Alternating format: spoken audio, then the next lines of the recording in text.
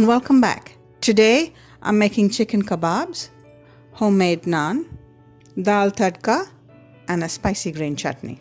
I've recreated this kebab recipe from my memories of Dhabba kebabs when I was in school.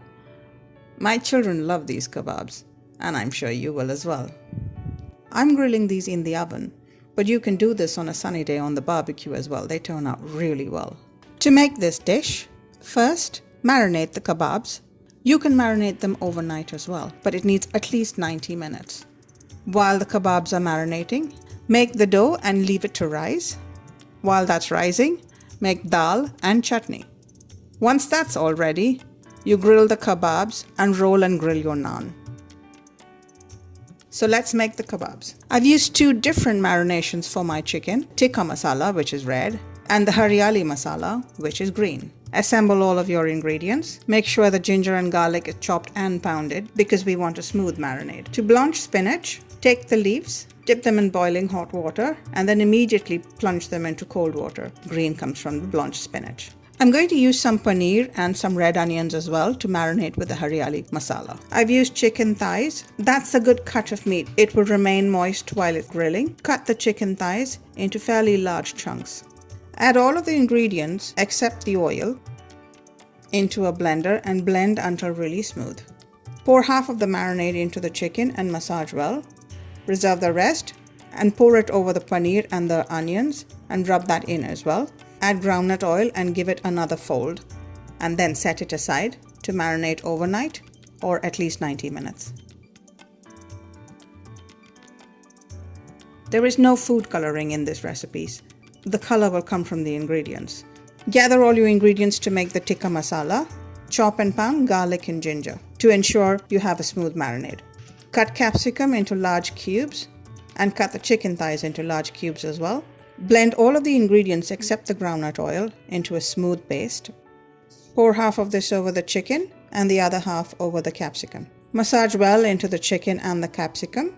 In a tikka kebab, the really lovely dark orange color comes from Kashmiri chilies, which have a really good color but don't give that much heat. Add groundnut oil over this, rub it in, and set aside to marinate overnight or at least 90 minutes. While the kebabs are marinating, let's make our dough.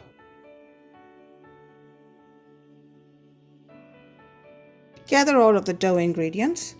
Combine the two flours with the yeast, sugar, and baking soda.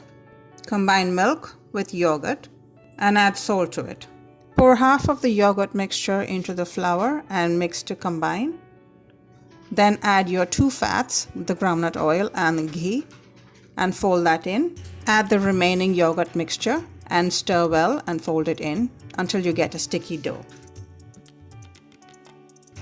Now knead this by hand until the dough becomes smooth.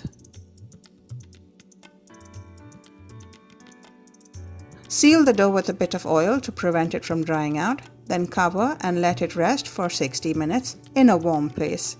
You can preheat your oven to 50 degrees C and leave the dough there to rise. Now let's make the dal tadka. The tadka is basically you fry all of the seasoning ingredients in hot oil and temper the dal with this. Gather all your ingredients together. Make sure your onions, ginger, garlic and green chilies are chopped quite fine. This will help in browning quickly. Rinse the lentil a few times in cold water, then place it in a pan with salt and turmeric. Bring it to the boil and let it simmer for about 20 minutes. While the dal is simmering, we can make the tadka. Melt ghee in a hot pan. When it becomes smoking hot, splatter mustard and fenugreek seeds. The seeds should pop. Next, add onions and fry until translucent. Add ginger, garlic and green chili and fry until the onions go dark brown.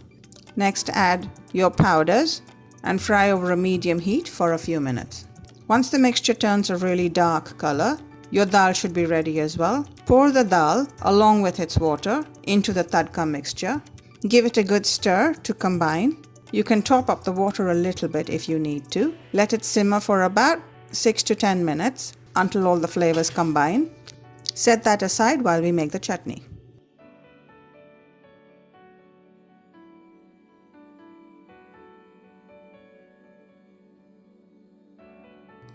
Gather all the chutney ingredients together. Make sure that you chop up your green chilies and chop and pound your ginger and garlic. If your tamarind has got bits of hard shell or a stone in it, make sure you remove those before you grind. Add all of your ingredients into a blender, add a little bit of water if you need to, and grind to a smooth paste. Check for salt and adjust the flavors to your taste. Set aside refrigerated. The kebabs should be ready and the dough should have risen, so let's cook them. Preheat your grill to the highest setting. Rub oil on your skewers. Skewer the chicken and the capsicum alternately. Make sure that there is enough gap in between the kebab pieces so that they cook on all sides. As the skewers get hot, they will cook the kebabs from the center outwards. For the Hariyali kebabs, alternate the chicken with the onions. Do the paneer kebab separately, but alternate those with the onions as well. This will give a really nice flavor. Assemble your skewers on a tray, which will collect the dripping fat and masalas as the kebab cooks. Do remember the paneer kebabs require less time than the chicken. The paneer requires about 20 minutes. The chicken will require 40 minutes. Place the kebabs in your grill. Grill for 20 minutes. After 20 minutes, you can remove the paneer kebabs and set aside in a warm place. Turn the chicken kebabs around, brush some more groundnut oil on it. You can also use the juices from the tray to baste the kebabs as well, and grill for another 20 minutes. While the kebabs are grilling, we can roll out our naan. I like to weigh my dough so that they all cook evenly. Divide the dough into 8 pieces. Roll out the dough on a floured surface into an oval shape. Place them on a baking sheet. They will rise a little bit as you are rolling out the rest of the dough.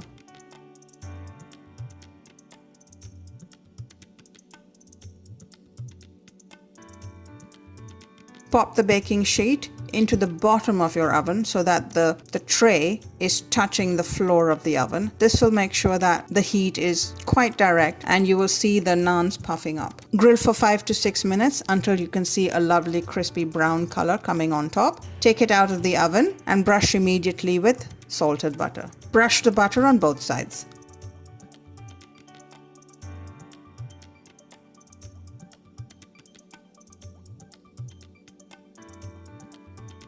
When everything's hot and ready, assemble it and serve.